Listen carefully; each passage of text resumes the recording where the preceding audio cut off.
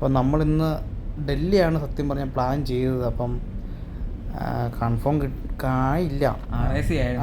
RAC ആയിരുന്നു. അതുകൊണ്ട് പിന്നെ റിസ്ക് എടുക്കണ്ടെന്ന് വിചാരിച്ച് നമ്മൾ ക്യാൻസൽ ചെയ്തു. Full cancel. 10,000-1500 രൂപ പോയി. അന്നേരം കുഴപ്പമില്ല.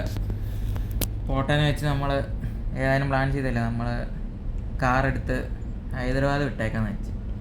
അതെ, ഹൈദരാബാദ് വിട്ടാൽ നമ്മൾ എന്താ പറയുക, ഭയങ്കര ബ്ലോക്കായി പോയി വരുന്നത്. അതെ, നമ്മൾ പറഞ്ഞ ടൈമിൽ തന്നെ നമ്മൾ ഇറങ്ങുകയൊക്കെ ചെയ്തു. നമ്മൾ എല്ലാം പ്ലാനിങ് പക്കയായിരുന്നു. പക്ഷെ എന്നാ ചെയ്യാനാണ്, നമ്മൾ കൊരട്ടി വിട്ട് നമുക്ക് ബ്ലോക്ക് കിട്ടി.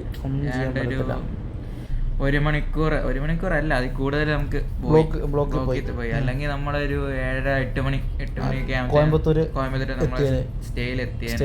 പക്ഷെ നമ്മൾ ഇവിടെ എത്തിയപ്പം 10 മണി 10:30 ഇപ്പൊ സമയം 12 മണി കഴിഞ്ഞു. നമ്മൾ ഇതുവരെ ഫുഡ് കഴിച്ചിട്ടില്ല. ഫുഡിന് വേണ്ടി വെയിറ്റിംഗ്.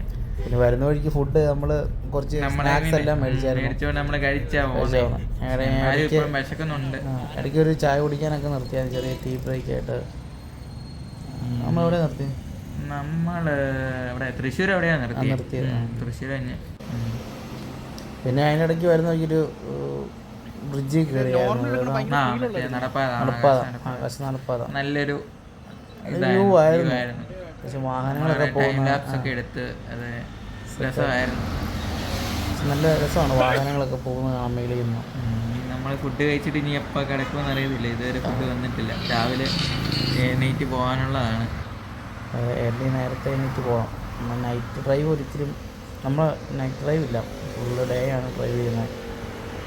നൈറ്റ് നമ്മൾ എപ്പോഴും സ്റ്റേ എടുക്കാനാണ്. അല്ലെ പിന്നെ നമ്മളെല്ലാം ടയേർഡാകില്ലേ.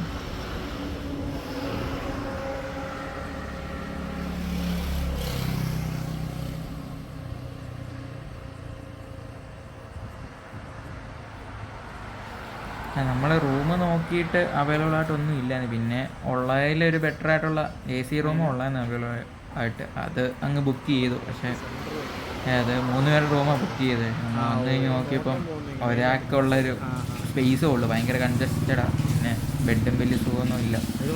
പിന്നെ എന്ത് ചെയ്യാം, ഇത് വെച്ച് അഡ്ജസ്റ്റ് ചെയ്യാന്ന് വെച്ച്.